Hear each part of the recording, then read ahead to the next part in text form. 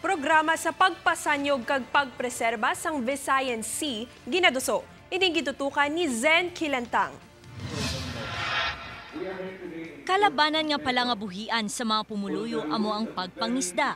Gani isa ka programa ang ginunsar sang Bureau of Fisheries and Aquatic Resources sa bulig sang United States Agency for International Development o kun USAID. Ang programa may tigulong nga Fish Right National sa din ginatudluan ang mga manugpangisda sang insakto nga pagpangisda. Pinagi man sini mapasangkad ang fishing industry sa Visayas kag masiguro ang food security sa pungsod. Nangin dinapit nga bisita sa Senate Committee on Agriculture Chair Senator Cynthia Villar. This is a very timely project that when we take care of our waters, we should see to it that it's well protected. Magko-close season sila every 3 months of the year at bibigyan nila ng hanap buhay yung mga fishermen ng alternative livelihood para makalaki naman yung isda.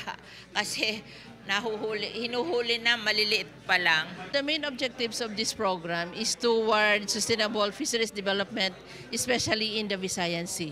It has something to do with the management, conservation. Sunod sa BFAR, ang overfishing ang isa sa mga rason kung nga naganubo ang produksyon sang isda sa rehiyon. Nagaapela naman ang ahensya nga kinahanglan nga mamintina ang katinlo kag pagpreserba sang Visayan Sea. There are violations, penalties, but we have the law.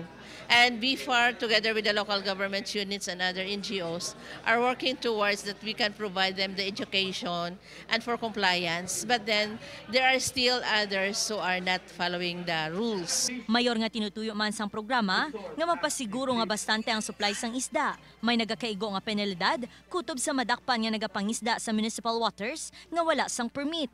Ako si Zen Kilantang para sa One Western Visayas.